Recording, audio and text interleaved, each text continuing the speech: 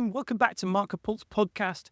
This week's guest needs no introduction. If you follow the show, you better be following the show. And if you're not following the show, you need to rewind back, I don't know, about 5 to 10 episodes and go and find Adrian Fulle's first episode, because Adrian has a fantastic background in the Hollywood scene.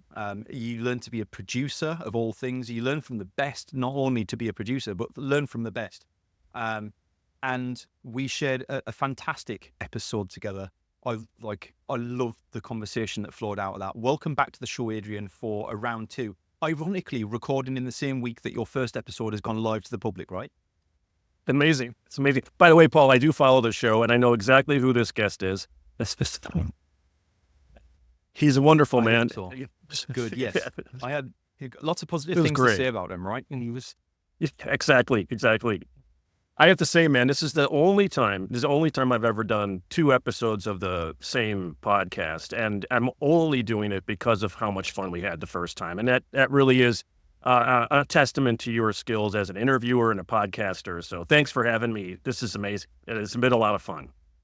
I think if there's anybody out there who's looking to start their own podcast, I think more than anything, the beauty of having a podcast is that you get to meet a fantastic, diverse range of people who have an amazing story to tell. And if you open yourself to just letting friendship happen and have fun and connect with your guests, podcasting can be really rewarding. I love it. I don't ever want to stop. But actually, as people are watching on at home, your episode alone kind of made me sit and think a little bit more about where MarketPulse is going to go, because we've been doing really well. You know, we launched last year. We've had over, where are we at now? 50 guests, I think we're at. So we're really marching through the episodes now.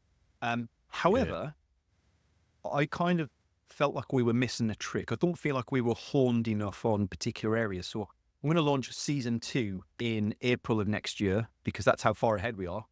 It's a good thing, but it's also a pain in the ass to manage, right? I could imagine. But starting in April of next year, of which this is going to be part of that season, we're now going to be focusing on storytelling and the story of our guests. And I'm going to be digging deeper into less around the marketing side, but we're still going to move towards the marketing areas. But I want to help share, because how almost every guest we've had on the show has said to me, I didn't set out to do what I'm doing now. I got there because X happened, Y happened, and I followed Z. And that for me is fascinating. I love understanding how the world connects with each other and how everything just finds its place, and you find your place in the world if you let it. Which is nice to lead into this episode, because you learned your storytelling skills back in Hollywood, right? So just for those that haven't yet seen the episode, and I'm really annoyed with them already for not having seen the episode, get it watched. Pause this right now, go watch it. But for those that haven't, just give us the 30,000 foot your background, so they understand why you're qualified to talk about storytelling of all things. Yeah, first let me say the model that you employed in your podcast series of I'm going to start and then I'm going to learn from 50 episodes and then adjust for season 2 is perfect. It's kind of how I live my life. So I think maybe that's why we get on so well. For those who haven't seen the first season episode or the first episode of us talking together, my first career was in Hollywood as a Hollywood producer. I produced movies, TV, commercials, music videos. After about 20 years of doing that, burned out. I just was tired of the feast or famine lifestyle. I was tired of the 24/7 never being able to see my kid grow up and the whole thing. And you really have to be out there and be competitive. And it ends up being a younger man's game. As I got into my late 30s, early 40s, I started to become the oldest person in the room. And that was a weird thing too. So the writing was on the wall, changed careers. That's what I did. And my wife and I and our daughter moved to Denver, Colorado, left Los Angeles where we had been for 20 years. And I changed careers and got into marketing. So that's my backstory in hopefully 30 seconds or less. It's a really powerful backstory, and just to further qualify that, because I mean, there's a lot of people I talk to that are, I can't come out of Hollywood. right? Like you've learned your trade from John Hughes, who I Yeah. have to say, like, gone too soon, but one of the most amazing, influential directors and producers of my youth. So, if anybody out Yeah. there is like, oh yeah, there's loads of people that have come out of Hollywood, right? Adrian learned from the best. So, like, I have a lot of respect for your background, definitely. Yeah. Let me tell you this about John. John was, before he was a director, or before, when I say before, I mean like the most important thing to him in his life, when it came to his work, was his writing. That's what he did. He was a prolific writer. He had hundreds and hundreds and hundreds of screenplays written that no one's ever heard of. They were on a shelf in the warehouse where he kept all the props from the movies, which I got to. One of my first jobs was to organize the warehouse, and I just went through those scripts with his permission, and on my lunch breaks, got to read these amazing scripts that all of his movies have been great, but these are even, some of them were even better, you know? So that to me was a huge lesson. And that's what launched my career. I decided to go into writing more than anything else first. And that's where he became my mentor. I was able to sit with John Hughes. I can't believe I'm still saying this, and have lunch and ask questions about writing movies. Nobody gets the opportunity, you know what I mean? Like in their careers. So it was No, pretty exciting. no, that is a phenomenal grounding in storytelling above everything else, right? Like forget the movies, forget everything else. It's storytelling, and I'm a big believer that Right. in this day and age we've lost the ability to tell stories, whether it's for your business case, for your project that you're trying to get the senior management to buy into and give you budget for and fund your idea, or whether it's as a salesperson trying to encourage another entity, another business to buy your products and services and to help them understand why they should care about what you do, or whether it's just kind of sitting around the dinner table talking to each other. We've just lost the ability to tell stories. And for those of us who can still tell stories, I love stories. I, I sit and read every night with my son.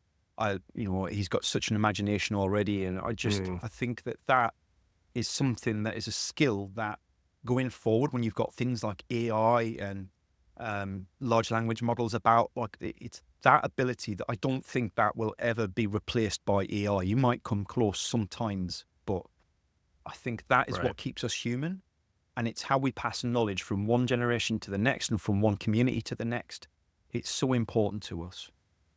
Yeah. It's Yeah. like, You know, it's funny you say that, Paul. I'm sorry to cut you off, but it is the most important thing to humankind.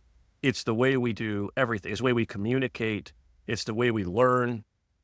It's the way we plan. So it just, I mean, it's amazingly important for business and for all the departments in business. And we can get in that later if you want, but it's extremely important. In fact, it's innate. Like human beings just naturally get together and tell stories, and they do them in different ways, but they're still telling stories. I mean, I think about the oldest cave painting known to man is 80,000 years old, or some crazy, I think it's 85,000 years old, that they discovered in the Mediterranean somewhere. And it's called the Red Hand Cave, and it's just prints of red hands. And they just thought it was sort of artwork or something at the time. And then some archaeologists discovered, maybe about 5 years ago, that it's actually a story being told about a hunt and some other things that happened in that area. And so the human beings, think about this, back 80,000 years ago, felt the need to communicate in some permanent form on a wall to whoever's going to come along. Maybe they weren't thinking about the future, but that's what ended up happening, to communicate a story. It's pretty amazing. and more than that, I think as business owners, we forget the power of our own story. So, I talk a lot about marketing, and you can dress marketing up however you want, but ultimately it's the ability to tell the story of you, your business, and your people within your business if you have them. Like, I don't intentionally, but I've learned to articulate my story, and I enjoy telling my story because I know it entertains people in the way that I tell it. It's not because I feel self-important and that's what a lot of people worry about, right? In this day and age, is they worry that they sound as though they're bragging, or they're not humble, or they're trying to show off. And I think that comes from, correct me if I'm wrong, like I'd love to hear your thoughts on this, Adrian, but I think that comes from having the wrong mindset when you're telling the story in the first place. Hmm. Yeah. I think it could also come, I've been thinking a lot about this. For those who watched the first episode, you probably get that I'm the guy who goes as deep as I go down these rabbit holes.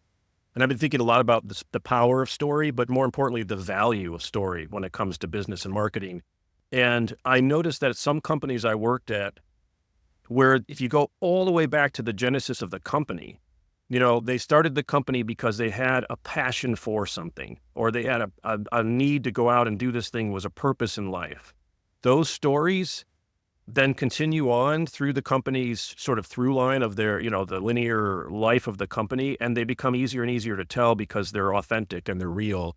And the companies that get started because I want to make money, well, and that's the only reason I'm starting this company. I don't care what I'm selling. I'm just going to sell something. Those stories tend to fall flat. In fact, the customer tends to get immediately, oh, you're just selling something. You don't really, there's no passion, there's no reason, there's just money, and that's all it is. And they get turned off by that. I really do believe that's true. I sense it as a customer myself. You can just see it in the advertising. And it's because the marketing team that goes to create those messages doesn't really have any base to come from.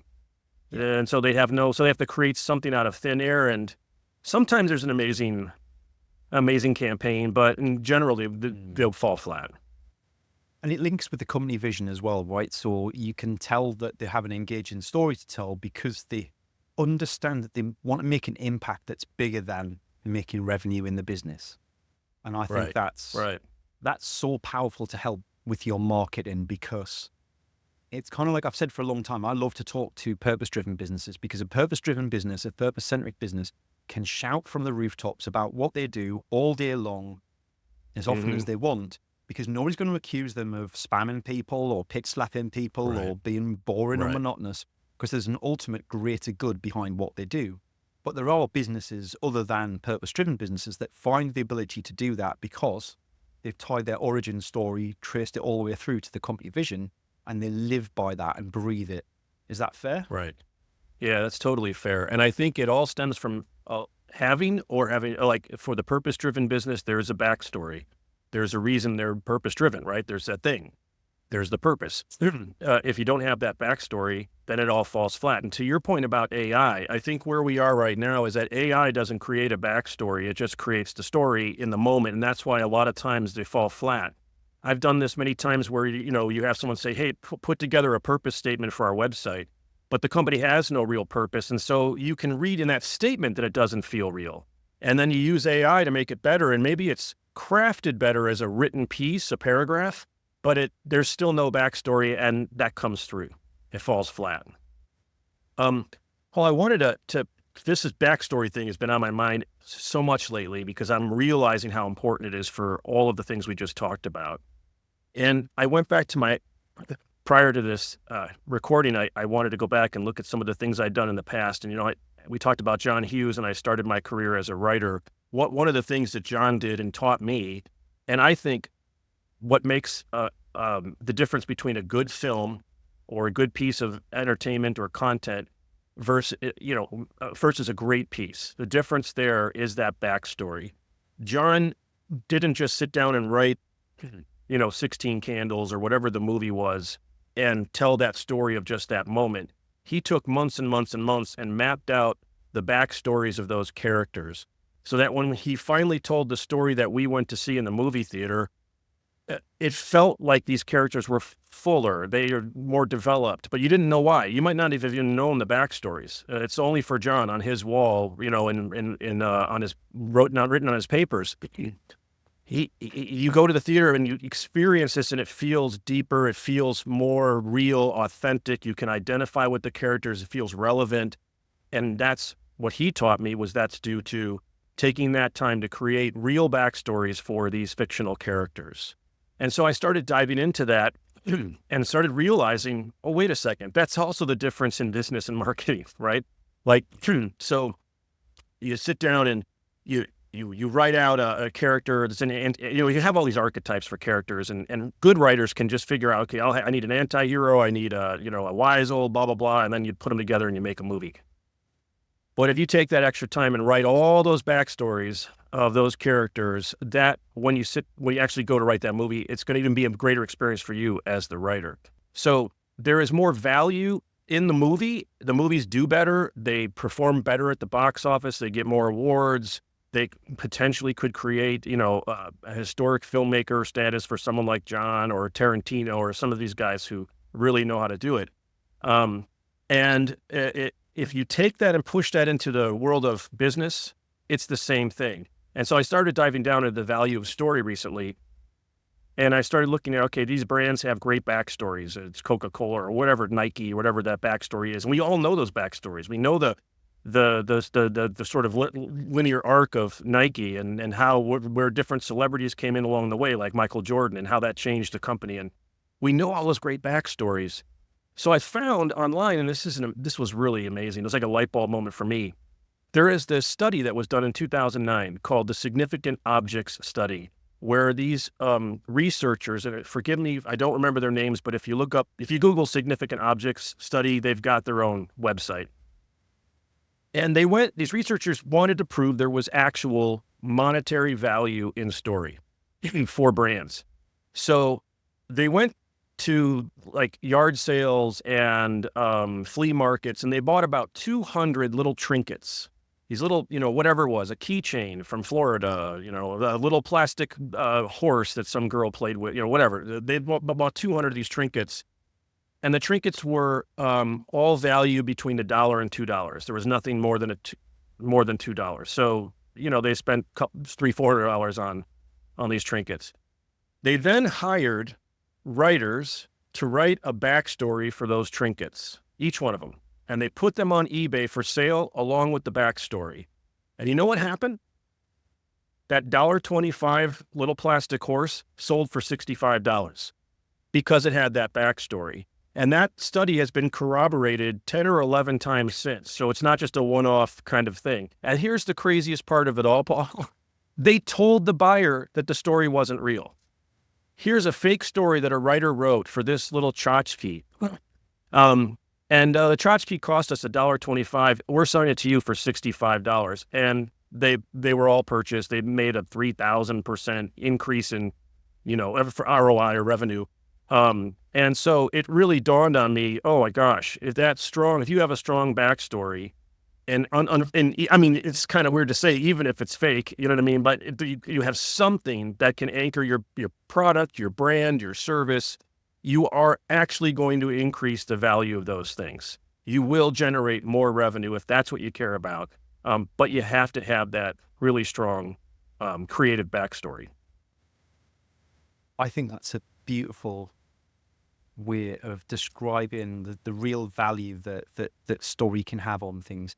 I know if I think of any brand that I align with, I know their backstory. The ones that I don't align with, the ones that I don't care about, I don't know their backstory. Might have them, but I don't. Right. I don't care about them enough to understand it. So there's definitely something in that. When somebody asks me, Paul, what services do you provide in Javelin content? I don't dive into the services. I intentionally don't dive into the services. I dive into why I offer the services, how I got there, and why I'm different. And I explain all that first before I even talk to them about the services. And if they look bored when I'm telling them that, it's a really good indicator to me that we shouldn't work together, right? Yeah. Because I'm going to do this all the time. I'm going to tell you stories whether you like it or not. And if you can't handle the stories, we shouldn't work together. Okay. Right. And then the really crazy people make it to WhatsApp, and then the real story starts. But exactly. When you're anonymous, it's think about this, fun. man. Someone bought that tchotchke. I just realized now. Sorry to cut you up, but they bought that little horse tchotchke I mentioned, and they put it on. They bought it because they want to put it on the mantle at their house, so that when their friends and family come over, they have something to talk about and they can tell that story. And I think that's what we want. I think that's what. It's weird to say this because the customer wants the product. Or they want the service, right? They need that thing. So that's important. But I think they also want the story. It's weird. I don't know that they go around telling their friends, I bought these new shoes, but let me tell you the story behind the shoes. I don't think that happens, but I think inherently we want that story. I don't know. It feels natural to me to want it. Well, imagine a situation where it's you versus somebody, like a competitor versus you in the marketplace. and there's a customer kind of sat there, they've shortlisted both of you, you both provide the services that customer needs, your messaging all kind of aligns, the price point's roughly about right, and you're probably maybe slightly a bit more expensive than your competition. But then you lead with a story and you tell them why you do what you do, and that transforms the customer's opinion of you, and they start to see you as way more of an authority. They differentiate you from everybody else. They can see that you've been in their shoes, perhaps, or you understand them on an emotional level. People will pay more for that all day long. They'll pay more for that service because they know that you get them. Therefore, you're not going to let them down. Whereas competitor A over here, well, they might provide all the same services. They might do a really good job. They might do a better job than you do. But because they're a gamble, you always go for safe. We always choose what's safe and what's credible. And much the same as if you look on Amazon, you try and buy something on Amazon, right? I don't look for the positive reviews first.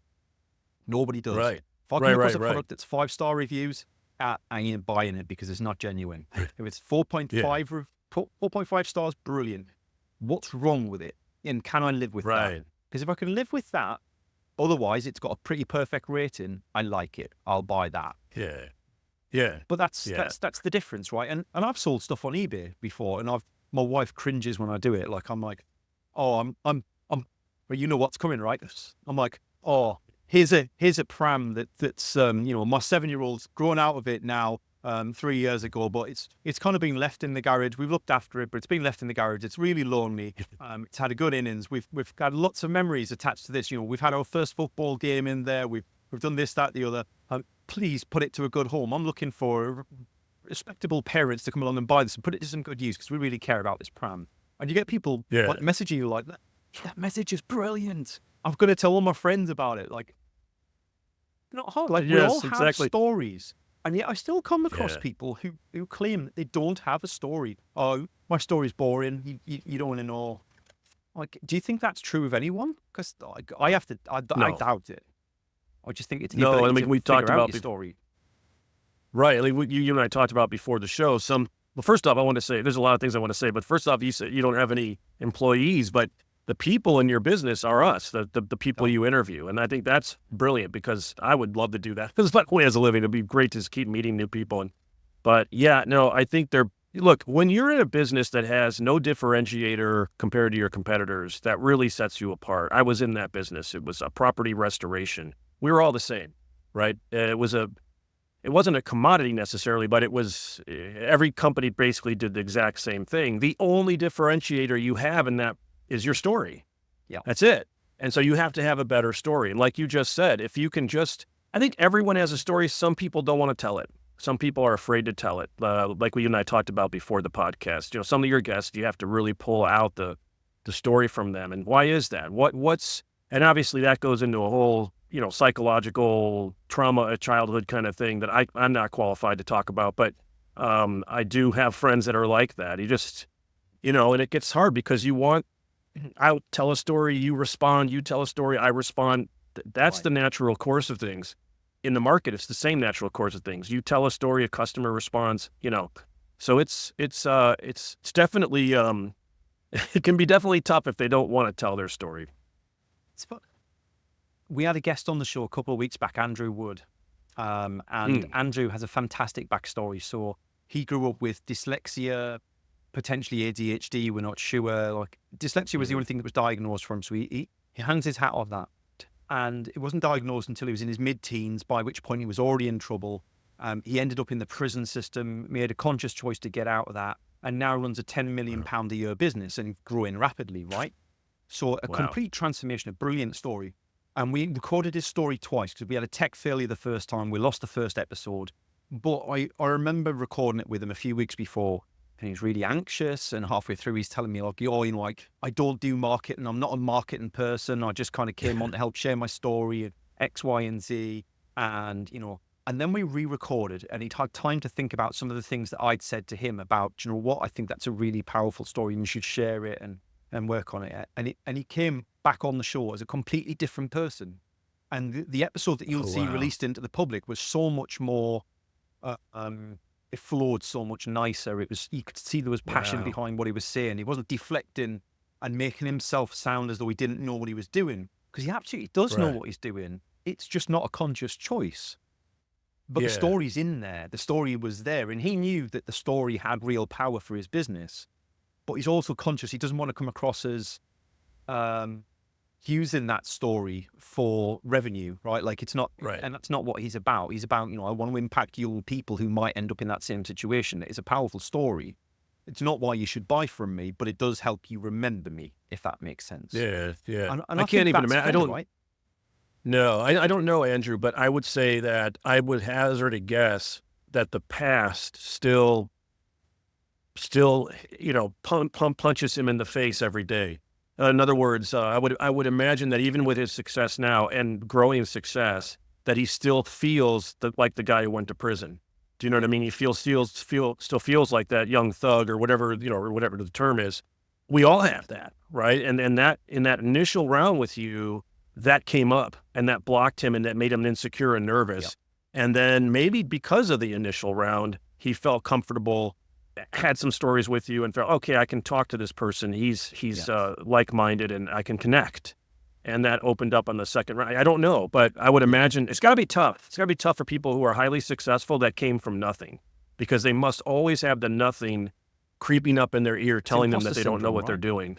Yeah. It's always I mean, I think sat we all there. go through that to some degree, Yeah, Um, definitely. we talked about brands earlier, and my God, think about Apple. What a great, I think that's the one legacy of Steve Jobs people don't talk enough about, is the stories that he created. I mean, Yeah. he and or the people at Apple under him.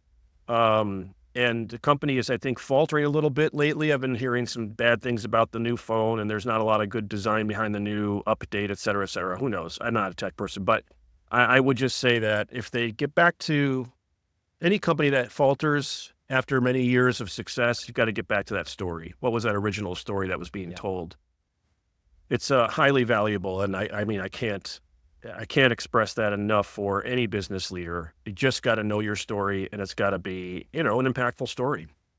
I think there's an interesting thing in that as well, around storytellers who create stories within their business community as well. And that's what Steve Jobs was really good at. Like you said, it wasn't just about Steve Jobs' story or Wozniak's story, the story of Apple, that's fine. But there was a proliferation of stories that came afterwards that people will quote until the end of time about how to do business or how not to do business.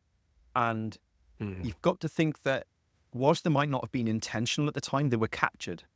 Somebody captured them. And, and retold them, and they built a business and a culture within that business where storytelling was part of the culture. Yeah. And, I've got friends who work in Nike, and they get trained on storytelling, right? Like, they have to go away. You get to a certain level of leadership, they have to go away and learn to tell stories, right? And I think that's brilliant. That's fantastic. Wow. Yes. Because can you imagine the difference between, your team leader meetings, and it doesn't matter what part of the business you're from, whether you're customer services, loss prevention, retail, they all go away and learn to tell stories so that they can relay information properly to their business. That's super important, because the company has to be aligned across all verticals on the story. That was something that I wanted to bring up as well. So you're 100% right. I think they're brilliant. Send everybody off to learn how to tell stories, then tell them the story we're telling. And everyone, whether it's customer service, receiving a call, or it's product design, or they all are aligned with the same story. And then all of a sudden, you don't need a company newsletter or a company podcast or whatever. You just tell the story and let people tell stories. Amazing. Yeah. Like, oh, guys, let's just go sit around the campfire. I've got a story to tell you. What is it? Exactly. Oh, it's a business update, but you're going to like this one. You're going to like this one. So many years ago. Wow. Oh my God, that would be awesome. I want to get the newsletter. I want to get the update this week. What is it? What's the update? Yeah. Wow. There was this guy in marketing, and he thought it'd be amazing. That would be amazing. There's team meetings where you just tell them his stories. Yeah. Oh, it'd be fantastic. For those businesses out there then that are sat there thinking, we don't really have a backstory, what sort of processes would you encourage them to go through to help them find their backstory? Because I know what my advice would be. I'm keen to see what yours is. Yeah. Well, it's not going to be a business thing. It's going to be a improvisational comedy thing, if you can believe it. So if in my early life, before I became a producer, I was on the creative side. I was writing, as you know. And before I was writing, I was in film school. And then after film school, I went to the Second City Improvisational Comedy in Chicago, where I grew up. And I took classes there. And I took those classes to become a better writer. And I learned 2 or 3 sort of tricks of the trade when it comes to storytelling. And the first most important thing, in my opinion, is discovery. So we talked about the backstory of the characters of a John Hughes movie, or the backstory of your brand. What discovery is sort of the reason there's that, like there's the reason for that backstory. So imagine you're walking down the street in your neighborhood, or let's just say a fictional character walking down the street in a neighborhood, and he sees some trash on the ground. However he reacts to that in that moment tells you, the audience, something about him. So his discovery of the trash is our discovery of him. He might be angry that there's people throwing trash on the ground, and he maybe kicks the trash. He gets all upset, or maybe he's the nice guy who picks it up and puts it into the bin. Whoever he is, we learn in that one moment. And then the movie is basically, or the story you're telling, is basically a series of discoveries. He's going to do this now. Okay, now we've got 5 discoveries. I get it. He's the angry guy who hates litter bugs. And so I know how he's going to react in this next moment coming up, because I know who he is now.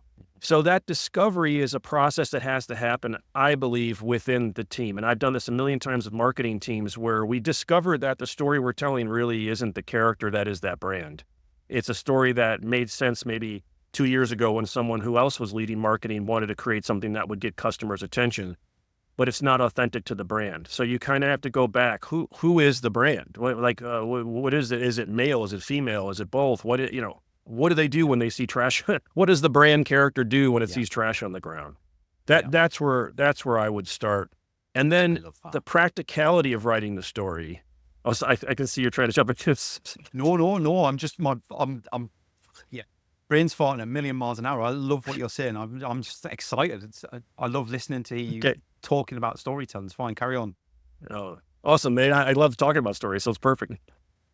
On the practicality side, this is something we do that I did in screenwriting and any kind of writing where there's a story with characters, and those characters have to interact. But this could be transferred to the business realm, and I'll talk in a second about how that works.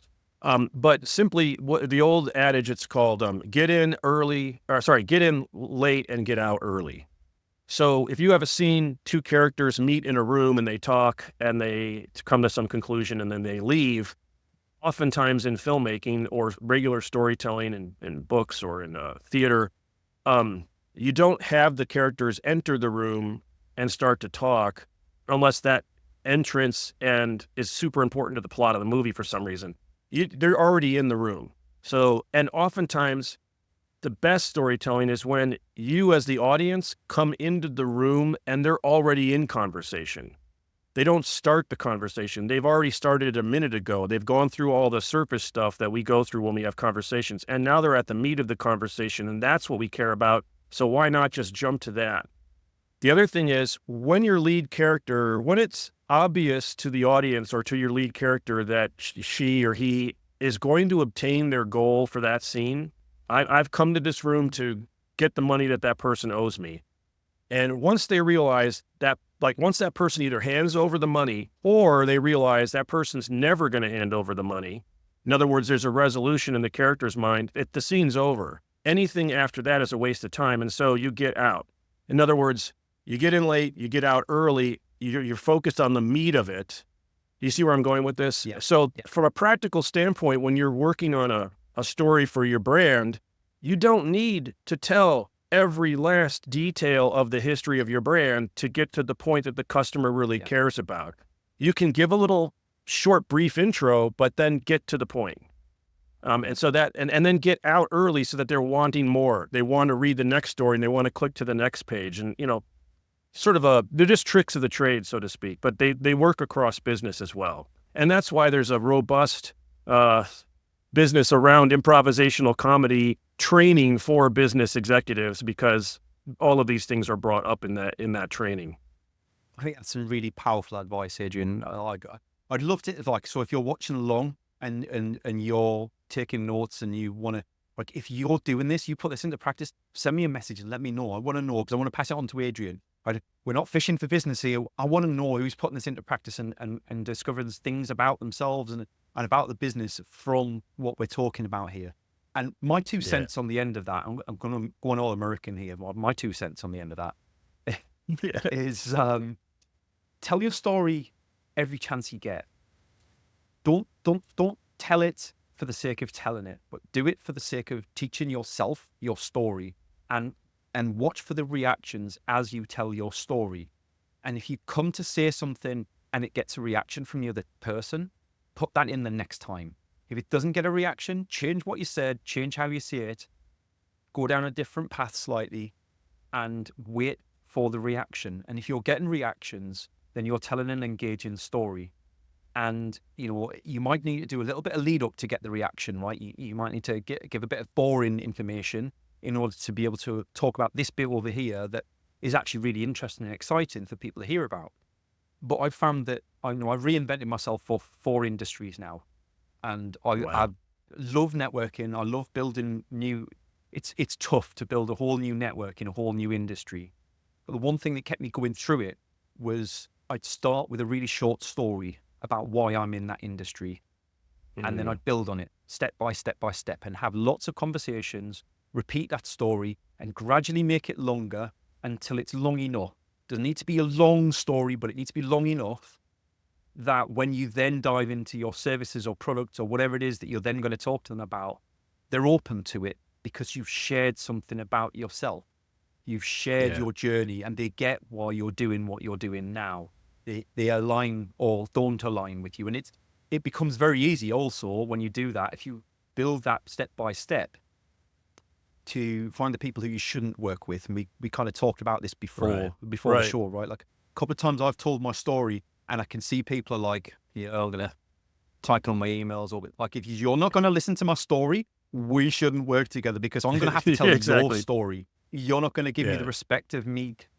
You listening to my story, then we shouldn't work together because you clearly don't care about the story enough.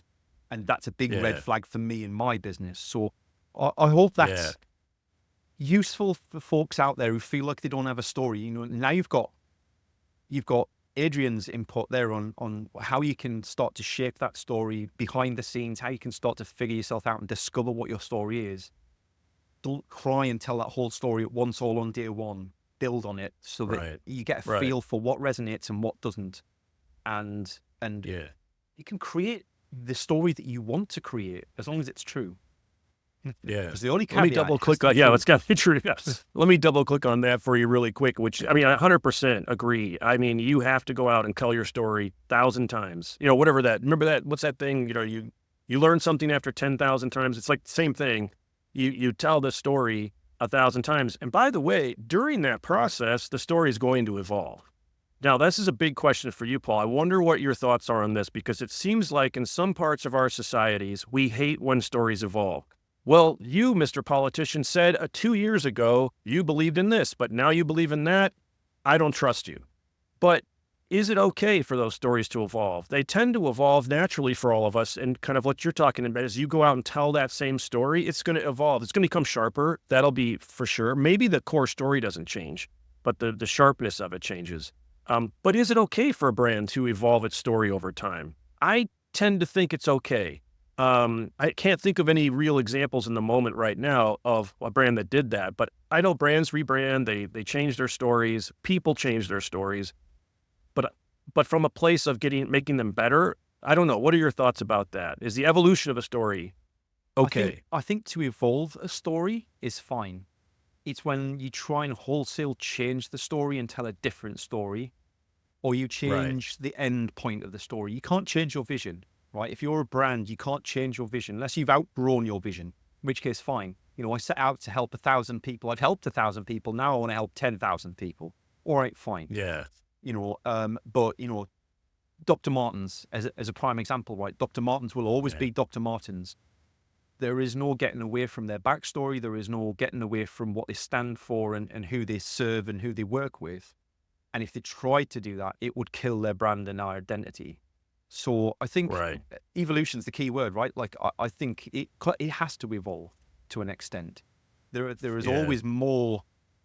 You've got to make it relevant to now. You can't tell the same story 30 years later and hope that it still resonates with the current audience, because they're going to be looking for different things. You have to tell the story in a different way to resonate with them. I don't think it's so much about that. It's just about, you've got to, as long as you're staying true to your vision and your goals and your story, the story has to evolve. That's human nature, right? Yeah. Well, think about this too. The bottom of the marketing funnel, or just the sales funnel, the business funnel, the bottom after conversion, after sale, is the golden thing that everyone's going after, which is loyalty, or it's advocate. We want to not just make a customer, we want to make an advocate. Well, what does that mean? We want them to go tell our story. And that customer is going to tell the story that they've learned during their learnings of your brand and purchase, et cetera, and using the products or service. And so the customers may become part of the storytelling. They become part of the authorship of your brand. And you could wake up 10 years from now and realize your brand is not the story you've been telling. It's the story that the customers have been telling to the world, and it's become something else. So there's a natural evolution, I think, to successful business when the customers get involved in telling the story. And that's when you've nailed that really power behind the story. Because then people believe in you so much, you become a cause. Yeah, that's right. That's right. And you also probably feel like I've never been a part of that, so I don't know what that feels like from a founder's standpoint or a leadership standpoint. It must feel kind of weird because it's out of your control at that point. The story is in the hands of the public, and hopefully it'll be a positive one that continues rather than one that shifts the other way. But it's a whole thing. I mean, I just love it. I love telling stories. I love experiencing stories, and I love thinking about how all of that applies to everything that we do every day in our lives, not just business, but in our lives. Adrian, I could quite happily sit here for the next 4 hours and discuss storytelling. Like it doesn't seem to ever get boring, right? Like you'd think a 40-minute conversation on storytelling would start to tailor off at some point. I've probably got more questions bouncing around in my head now than when we first started. But I can't possibly ask people to listen to more than what we've recorded in one go. So I don't know. Maybe we have to do a round 3. I don't know. Maybe it becomes the Adrian and Paul podcast. I don't know. Like let's just start a new podcast. I don't know. The storytelling podcast. Yeah. I'd be down for that if you want to do it. As ever, it was a genuine pleasure chatting with you today, and I'd like to think that the people at home who've watched along take some great steps towards being able to tell their own story in a convincing way after listening to what I think of as a masterclass, right? Like I think that is brilliant. Thank you. Thank you very much for being a fantastic guest once again. This has been a great pleasure of mine. I can't thank you enough for asking me to come on twice. This has been, it feels so good to hear that something is successful that you're involved with. So and that's because of you, Paul. So thanks to you and MarketPulse and, the whole group. I really appreciate your time and giving me the time. Well, thank you to the audience or everything why we do this podcast in the first place, because without sharing things that people will resonate with, there's no point to the podcast. So thank you as well, listeners, viewers, for recording, watching along, following, subscribing, whatever you do. Thank you, because this is all for you. Brilliant. Right, that's enough back patting. I will see you all next week. Peace out. Cheers. Bye. Thanks for joining us for today's show. I hope you enjoyed it. If you'd like to feature on a future show, or you've got some ideas for folks who would make a great guest, please drop us a line. Contact details are in the show notes, and I'd love to hear from you. Your host today was me, Paul Banks, founder at Javelin Content Management. Here at Javelin, we specialise in helping busy business owners just like you to repurpose video content, taking all the stress and tech problems away and turning your long-form video into literally hundreds of pieces of content without breaking the bank. We describe it as getting ideas out of your head into video and out to your socials. If you want to launch your personal brand, become the vendor of choice for your audience, or maximise your sales revenue impact, we'd love to hear from you. Join us next Wednesday for the next episode, and don't forget to subscribe and give us a review. Our podcast is only possible with your continued support.